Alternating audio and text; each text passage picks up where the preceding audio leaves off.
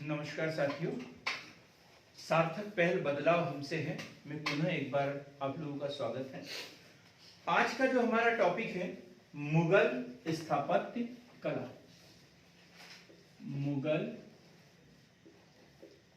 स्थापत्य कला, ये हमारा मुगलों के विषय में अंतिम वीडियो होगा और इसके बाद में हम उत्तरकालीन मुगल पढ़ेंगे। मुगल स्थापत्य कला, एक बड़ा अच्छा कथन है इसके विषय में पर्सी ब्राउन। पर्सी ब्राउन, सीधी सी बात है। एक यदि हमें मकान बनाना हो तो हम कौन सा समय देखते हैं मकान बनाने के लिए? गर्मी का या बारिश का? बारिश का। बारिश में तो काम ही नहीं चलता होगा। कहाँ से रेत लाएंगे, कहाँ से सीमेंट लाएंगे, कहाँ से गिट्टी लाएंगे?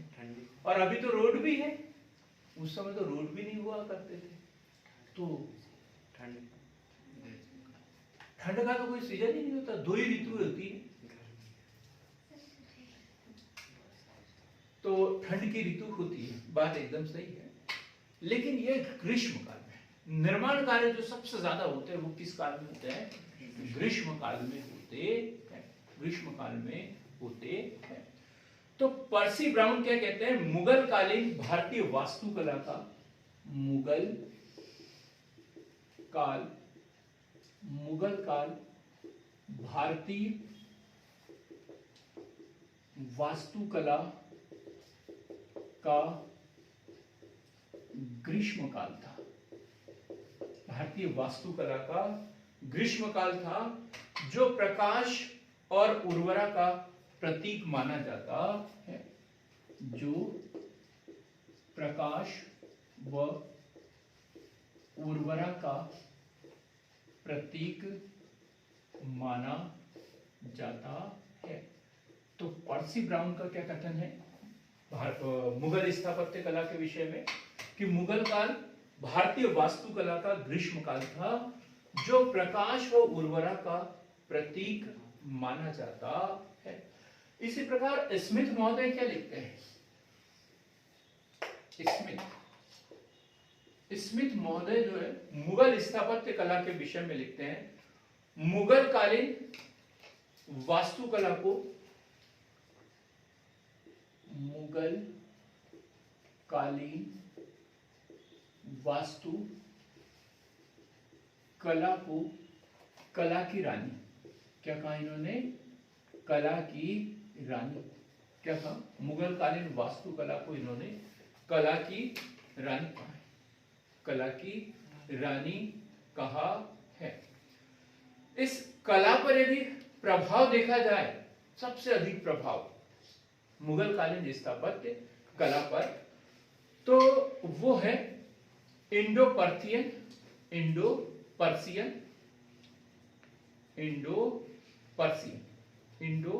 पर्सियन कला का सर्वाधिक प्रभाव रहा है। इनकी विशेषताएं यदि देखें हम, मुगल कालीन स्थापत्य कला की विशेषताएं देखें तो मुगल कालीन स्थापत्य कला को द्वितीय क्लासिकी युग कहा गया है।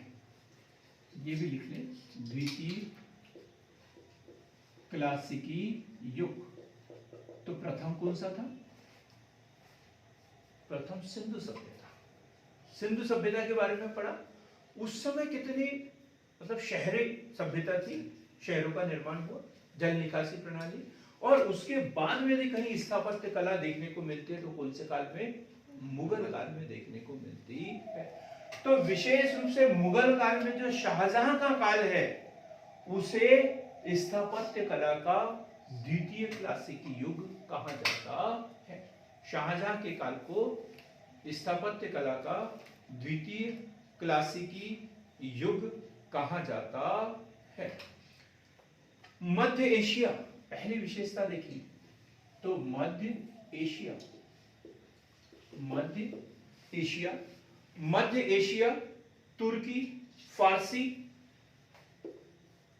तुर्की, फारसी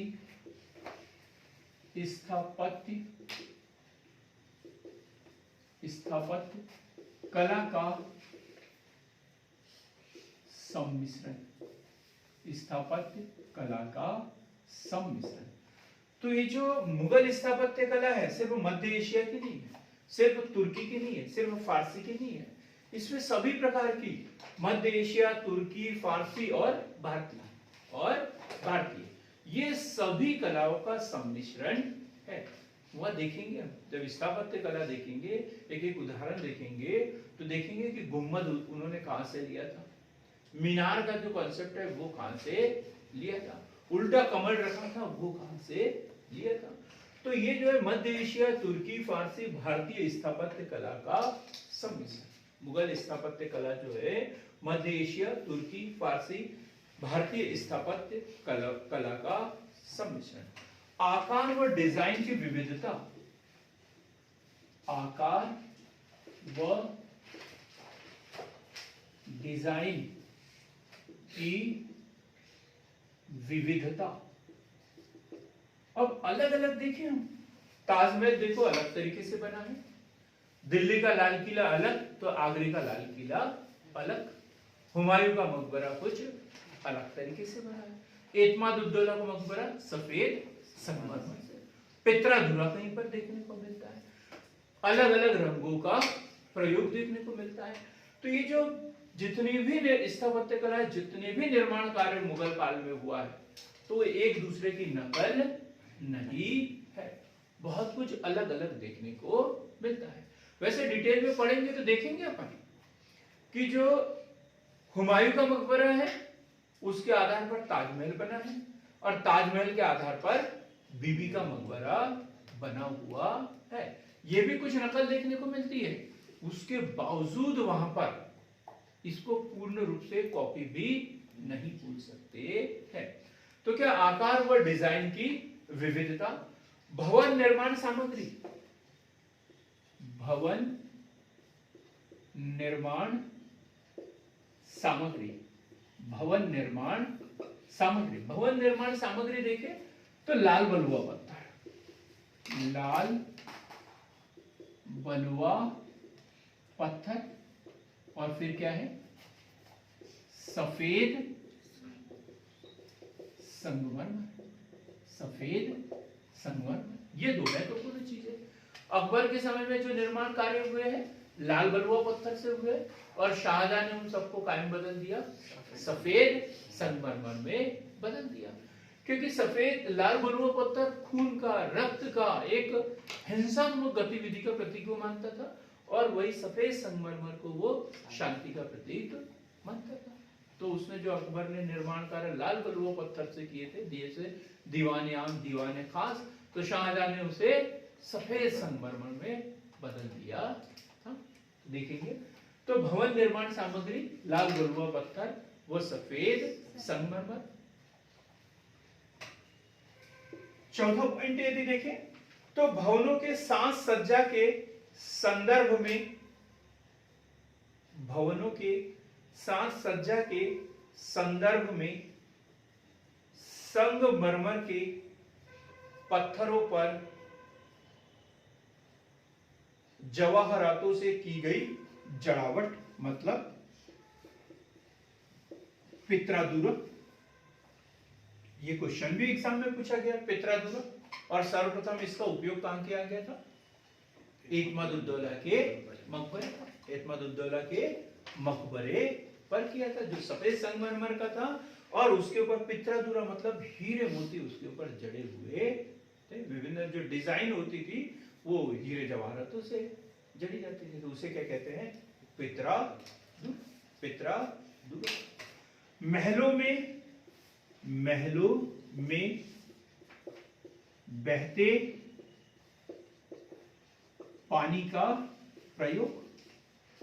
हमने फतेहपुर सीकरी के बारे में पढ़ा, बहुत ऊंचे स्थान पर था, फिर भी जो है नालियां बनी हुई थी ताकि घरों घरों में पानी पहुंच सके।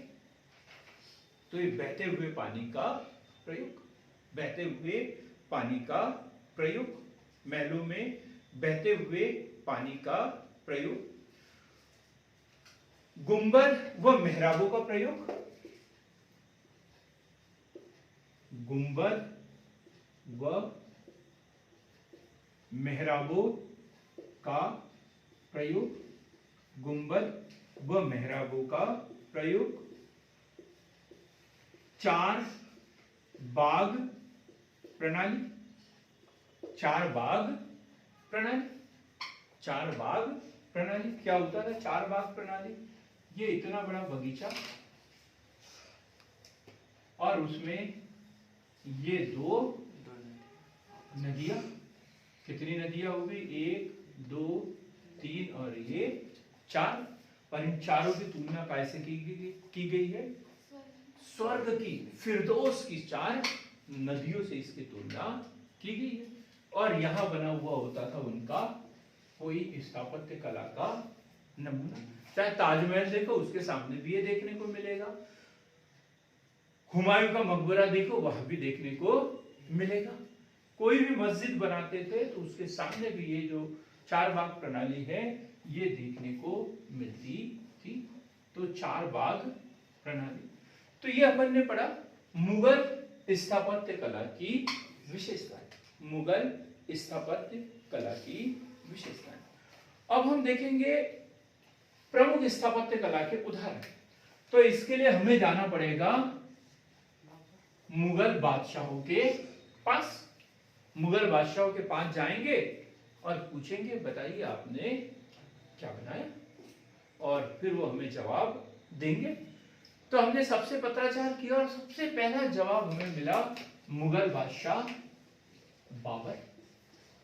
मुगल बादशाह बाबर के विषय में चार बाग प्रणाली के जनक इसे कहा जाता है। चार बाग प्रणाली के जनक इन्हें कहा जाता है। तो पानीपत का कालीबाग, पानीपत का कालीबाग मिट्टी ईंटों से बनाया था इन्होंने, पानीपत का कालीबाग। रुहेलखंड में जामी मस्जिद, रुहेलखंड में जामी मस्जिद, रुहेलखंड में जामी मस्जिद, रुहेलखंड में जामी मस्जिद। आगरा के या आगरा में आराम बाग, आराम बाग। जब जहांगीर हुमायूं की मृत्यु हुई तो सबसे पहले उन्हें कहा आगरा के आराम बाग में दफनाया गया था, और फिर उनकी इच्छा अनुसार उनकी शव को कहा ले गए, काबुल लेके गए। तो ये उनके प्रमुख निर्माण कार्य किसके? बाबर के। बाबर के निर्माण कार्य पानीपत का कालीबाग जो ईंटों से बना था, रुहेलखंड की जामी मस्जिद, और आगरा के लोधी के किले में एक मस्जिद, एक ये भी है। आगरा के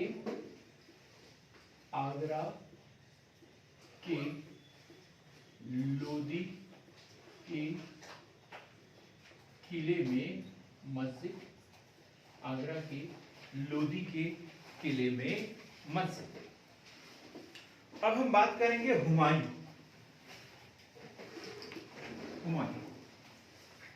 भाग्यवान हुमायूं, भाग्यहीन हुमायूं। तो हुमायूं के विषय में पढ़ेंगे। तो हुमायूं का जो सबसे प्रमुख निर्माण कार्य है दिल्ली में दीन पनाह नगर, दिल्ली में दीन पनाह नगर। फिर शेरशाह सूरी महोदय के विषय में पढ़ेंगे कि वो इसमें कुछ परिवर्तन करेंगे, लेकिन अभी हुमायूं की बात कर रहे हैं। तो दिल्ली में दीन पनाह नगर, दिल्ली में दीन पनाह नगर, और आगरे में मस्जिद,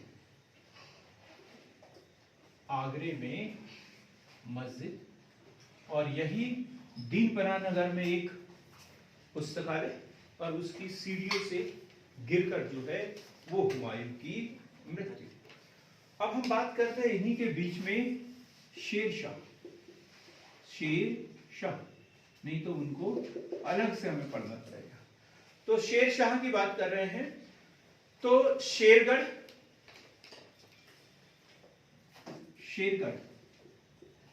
मतलब ये दिल्ली की बात कर रहे हैं, दिल्ली गढ़ी, शेर पर दिल्ली गढ़ी, दिल्ली का ही है।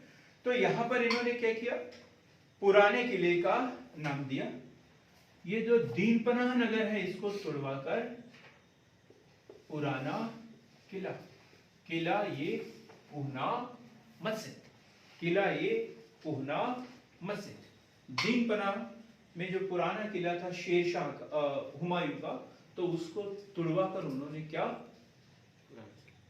पुराना किला तुड़वाकर उन्होंने किला ए पूना मस्जिद, किला ए पूना मस्जिद। लाल दरवाजा, खूनी दरवाजा, क्या इन पर लाल दरवाजा व खूनी दरवाजा, लाल दरवाजा व खूनी दरवाजा। एक क्वेश्चन बार बार पूछा जाता है, शेर शाह का मकबरा कहाँ है? शेर शाह का मकबरा, और वो है सासाराम बिहार में, सासाराम बिहार में, सासाराम बिहार में। शेरशाह का मकबरा कहाँ है? सासाराम बिहार में। शेरशाह का मकबरा सासाराम बिहार में। अब हम बात करेंगे अकबर। अकबर, मुगल बादशाह अकबर भारत के महान सम्राटों में से गिने जाने वाले एक अकबर। तो अकबर के निर्माण कार्य तो बहुत सारे हैं, तो हम एक तरफ से देखेंगे अकबर के निर्माण कार्य। जरूरी नहीं है कि अकबर द्वारा स्वयं ही बनवाए गए हो, अकबर के शासनकाल में बने हैं। तो सबसे पहला हम देखेंगे हुमायूं, हुमायूं का मकबरा। बार बार ये क्वेश्चन बनता है ना? इसे ताजमहल का अग्रगामी भी कहा जाता है। ताजमहल बनाने की जो रूपरेखा है इसी मकबरे से ली गई थी। तो हुमायूं का मकबरा 1565 में हाजी बेगम द्वारा, 1565 में हाजी बेगम द्वारा, हाजी बेगम द्वारा मुगल परिवार के सबसे ज्यादा लोग जो है इसी मकबरे के अहाते में दफनाए गए थे। मुझे कैसे पता? रवि से। जी नहीं, मैं गया था देखने के लिए। देख क्या, ऐतिहासिक स्थल में देखता ही हूं जाके। बिल्कुल, अभी भी है, नाम भी लिखे हुए हैं। ठीक, वो फारसी भाषा में लिखे हुए हैं, मैंने वो भी पढ़ा है, अली बे जे ते हे, ये भी पढ़ा हुआ है। ठीक, तो हुमायूं का मकबरा 1565 हाजी बेगम के द्वारा बनाया गया और इसी अहाते में सबसे ज्यादा मुगल परिवार के लोग दफनाए गए हैं, दफनाए गए हैं। इसका वास्तुकार जो है मिर्जा मीरक, मिर्जा मीरक या मिर्जा मीरक गयास। इसका जो वास्तुकार है, वास्तुकार मिर्जा मीरक गयास, मिर्जा मीरक गयास, मिर्जा मीरक गयास। चतुर्भुज आकार में बना है ये, चतुर्भुज आकार में ऊंचे चबूतरे पर, ऊंचे चबूतरे पर। ताजमहल भी देखे तो चतुर्भुज आकार में ऊंचे चबूतरे पर ही बना हुआ है। इस दोहरे गुंबद, चार बाग प्रणाली। वो तो ताजमहल की जो नींव है वो तो हुशंगशाह के मकबरे से बनी थी। किससे? हुशंगशाह का मकबरा पड़ा है। हाँ, आप ताजमहल के बारे में और एक बार पढ़ना तो आपको ये पता चलेगा कि ये शेर शाह, जो हुमायूं का मकबरा है, ये जो ताजमहल बनाने के लिए उसने कहां कहां अपने लोगों को भेजा था वो भी देखेंगे। उसने कहां कहां उसने भेजा था। चंगेज खान का मकबरा भी उसने देखा है और हुमायूं का मकबरा, मुख्य जो उसने आइडिया लिया है वो हुमायूं के मकबरे से ही लिया गया है। ठीक, तो चतुर्भुज आकार में ऊंचे चबूतरे पर बना है, दोहरे गुंबद, चार बाग प्रणाली। अभी बताया मैंने चार बाग प्रणाली कैसी होती है, चारों नदियां, फिरदौस स्वर्ग से उसकी तुलना की जाती है। तो चतुर्भुज आकार में ऊंचे चबूतरे पर चार बाग प्रणाली। और ये जो हुमायूं का मकबरा है वो कैसे प्रभावित है, सासाराम के शेर शाह के मकबरे से। हुमायूं का जो मकबरा है सासाराम के शेर शाह के मकबरे से प्रभावित है। अब हम बात करते हैं आगरे का किला। आगरे का किला जो अपने आप को बड़े तीसमार खान समझते हैं वो भी यहां जाकर फेल हो जाते हैं। आगरे का किला किसने बनाया था, अब तो शायद आइडिया ही मिल गया होगा। आगरे का ताजमहल शाहजहां ने बनाया है, आगरे का किला जो है वो अकबर ने बनाया है, दिल्ली का लाल किला शाहजहां ने बनाया है। क्योंकि जब आगरा में वो रहता था और मुमताज महल की मृत्यु होने के बाद में उसका मन वहां पर नहीं लगा तो उसने अपनी राजधानी परिवर्तित की और कहां लेके गया अपनी राजधानी, दिल्ली लेके गया और फिर वहां उसने क्या बनाया, दिल्ली का लाल किला। ठीक, तो आगरे का किला किसने बनाया, अकबर के द्वारा बनाया गया है। तो आगरे का किला कासिम खान की देखरेख में, कासिम खान की देखरेख में, कासिम खान की देखरेख में 1565 में यमुना नदी के दाएं किनारे पर, यमुना के दाएं किनारे पर, यमुना नदी के दाएं किनारे पर।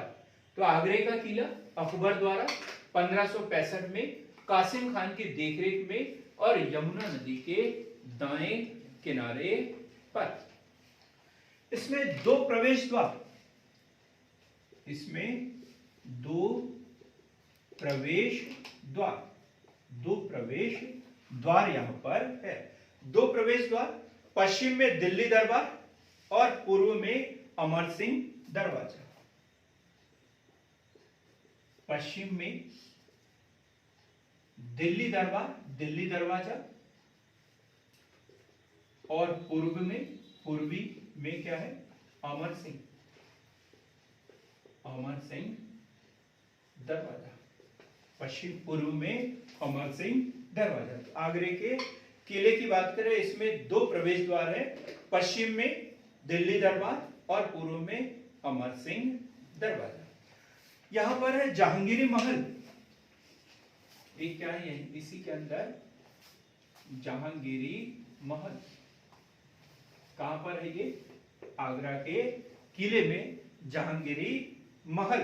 राजा मानसिंह के विशेष प्रभाव से या विशेष अनुरोध पर इसे बनाया गया था। जहांगीरी महल राजा मानसिंह के विशेष प्रभाव पर या विशेष अनुरोध पर यह बनाया गया था। अब हम बात करते हैं फतेहपुर सीकरी।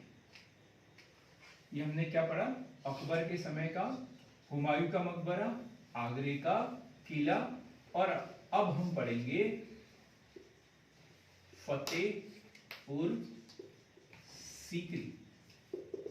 फतेहपुर विजय का प्रतीक, और किस विजय का, दीक्षा,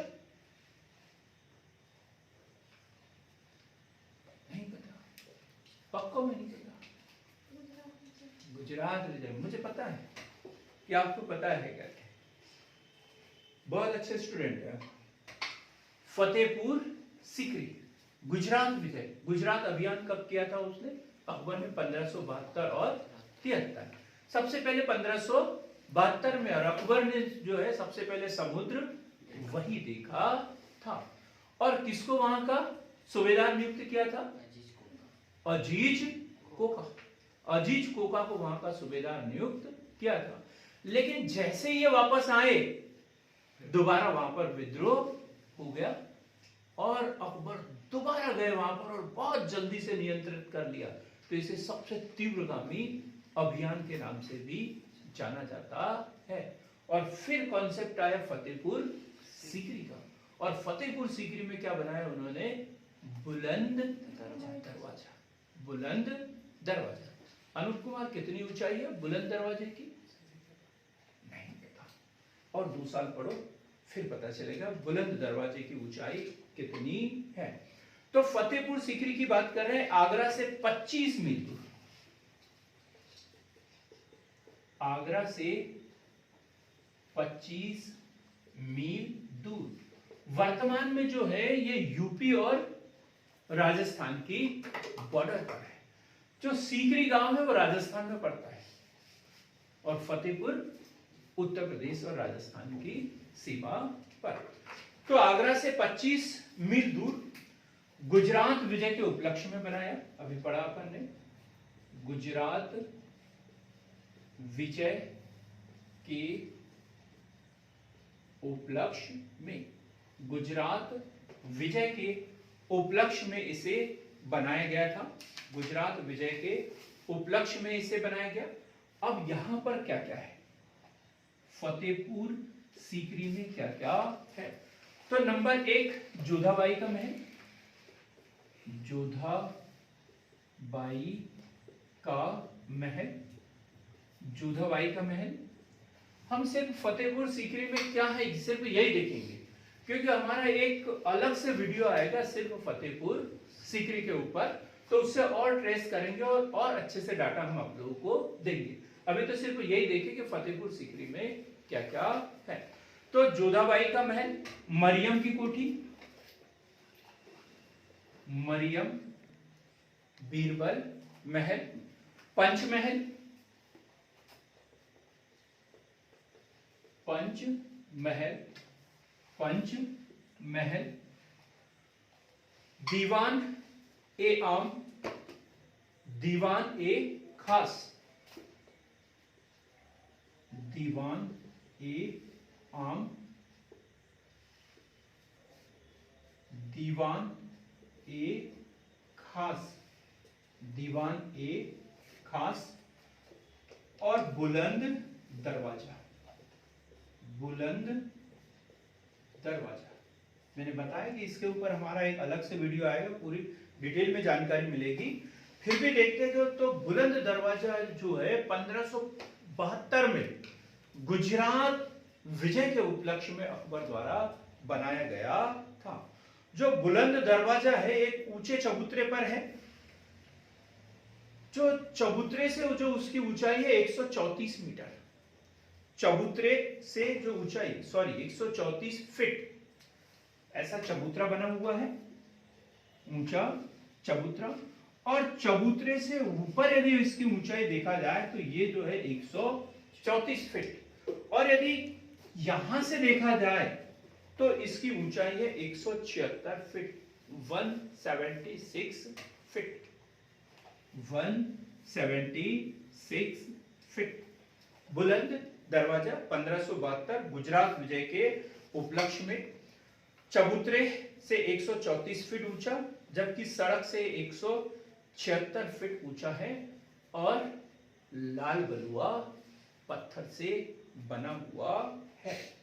और यहां पर है एक जामी मस्जिद, मुख्य आकर्षण का केंद्र, जामी मस्जिद, जामी मस्जिद, मुख्य आकर्षण का केंद्र जामी मस्जिद, जिसे फतेहपुर सीकरी का गौरव कहते हैं, जिसे फतेहपुर सीकरी का गौरव कहते हैं। और इसी के प्रांगण में क्या है? शेख सलीम चिश्ती की दरगाह, शेख सलीम चिश्ती की दरगाह है और यहीं पर उन्होंने दीन ए इलाही की भी घोषणा की थी 1582। दीन ए इलाही की घोषणा भी की। अब हम देखते हैं जहांगीर के समय में, अगला जो मुगल बादशाह है जहांगीर के समय में, ये अकबर का हो गया और इसके बाद में जहांगीर की स्थापत्य कला, दो तीन बातें हम विशेष रूप से पढ़ेंगे। तो है अकबर का मकबरा। अकबर का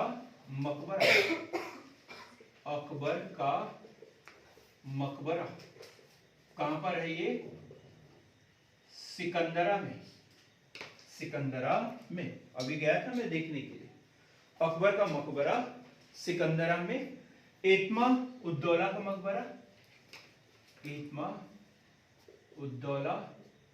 का मकबरा, भारत का पहला मकबरा है जो सफेद संगमरमर से बना हुआ है।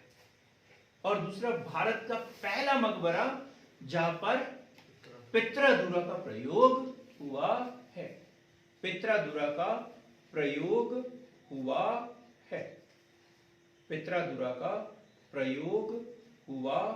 है। और किसने बनाया ये? नूरजहां के द्वारा। फिर जहांगीर का मकबरा कहां पे है? छोटा सा प्रश्न आए तो जहांगीर का मकबरा कहां पर है? शाहदरा में। शाहदरा कहां पर है? लाहौर के पास में। जहांगीर का जो मकबरा लाहौर के पास में शाहदरा में स्थित है। और यहीं पर है एक अनारकली का मकबरा, जिसे 1599 में बनाया था। 1599 में अनारकली का मकबरा कहां पर है? लाहौर में। किसने बनाया था इसे? जहांगीर ने बनाया था। मुगल बादशाह तब अकबर थे, लेकिन बनाया किसने? जहांगीर के द्वारा बनाया गया था।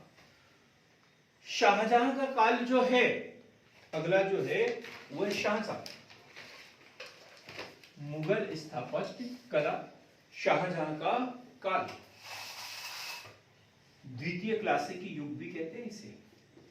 शाहजहां, दो जगह इनके निर्माण कार्य देखेंगे हम।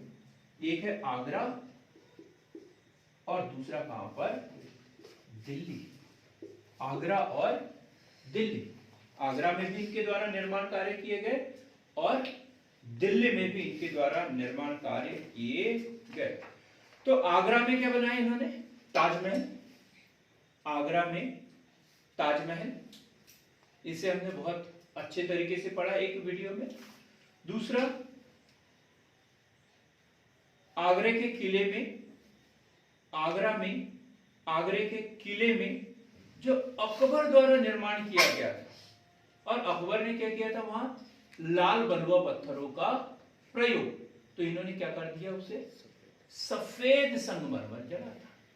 आगरा के जो लाल किले में दीवाने आम, दीवाने खास, तो यहां पर इन्होंने क्या कर दिया? वहां सफेद संगमरमर जड़ दिया था। फिर मोती मस्जिद। आगरा में क्या बनाया इन्होंने? ताजमहल, फिर मोती मस्जिद। ये क्वेश्चन बड़ा कठिन हो जाता है, क्योंकि दिल्ली में मोती मस्जिद औरंगजेब के द्वारा बनाई गई है, और आगरा की जो मोती मस्जिद है वो शाहजहां के द्वारा बनाई गई है। मोती मस्जिद, आगरे की मोती मस्जिद। दिल्ली में इन्होंने क्या किया? दिल्ली में 1638 से 1648 तक, 1638 से 1648 तक यमुना नदी के किनारे कौन सा नगर?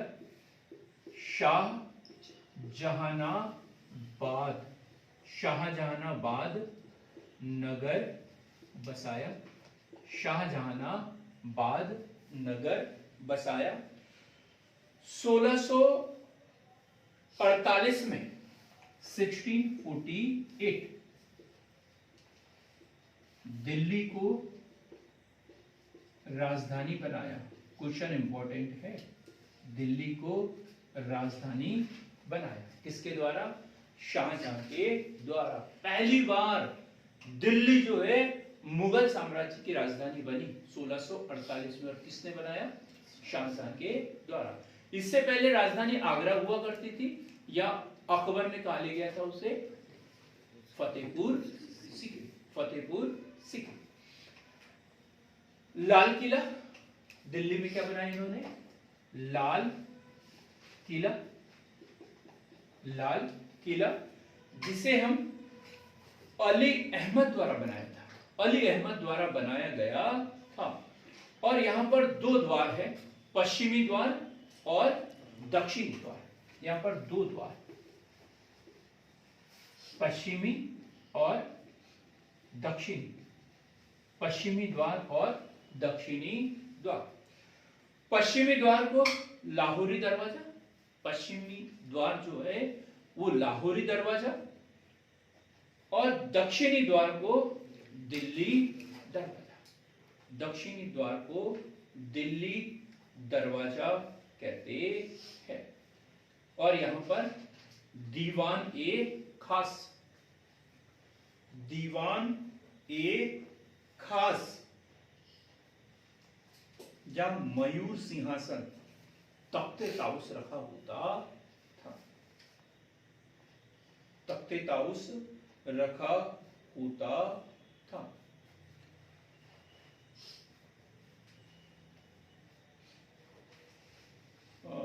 इसको थोड़ा सा ठीक करेंगे। तख्ते ताउस जो है दीवान ए आम में होता था, दीवान ए खास में। दीवान ए आम में तख्ते ताउस या मयूर सिंहासन दीवान ए आम में होता था। हम आगरा के किले की बात कर रहे हैं। आगरा के किले की, इसमें है मुसम्मन बुर्ज। ये क्वेश्चन भी इंपॉर्टेंट है। आगरा के किले का मुसम्मन बुर्ज। मुसम्मन बुर्ज क्या है ये? मुसम्मन बुर्ज ये आगरा के किले में है। जहांगीर ने हाथी पर बैठे राणा अमर सिंह व उसके पुत्र करण सिंह की मूर्ति का निर्माण कराया था। ये हमने जहांगीर जब पढ़ा तब पढ़ा भी इसको हमने, ठीक? क्या? मुसम्मन बुर्ज एक 6 मंजिला भवन है जहां जहांगीर ने हाथी पर बैठे राणा अमर सिंह और उसके पुत्र करण सिंह की मूर्ति का निर्माण करवाया था। इसी बुर्ज में बैठकर, ये लाइन महत्वपूर्ण है, इसी बुर्ज में बैठकर शाहजहां ताजमहल को निहारता था। इसी बुर्ज में बैठकर शाहजहां ताजमहल को निहारता था। तख्ते ताउस या मयूर सिंहासन जो है, इसके ऊपर एक वीडियो हमारा अलग से आएगा कि किसने बनाया था, किसके द्वारा बनवाया गया था, कौन लेकर गया, वर्तमान में कहां पर है, पूरा इतिहास इसके विषय में हम पढ़ेंगे। अब हम देखेंगे औरंगजेब। औरंगजेब छोटा सा पार्ट, क्योंकि इन्होंने सभी प्रकार की कलाओं के ऊपर प्रतिबंध लगा दिया था। औरंगजेब, औरंगजेब की स्थापत्य कला।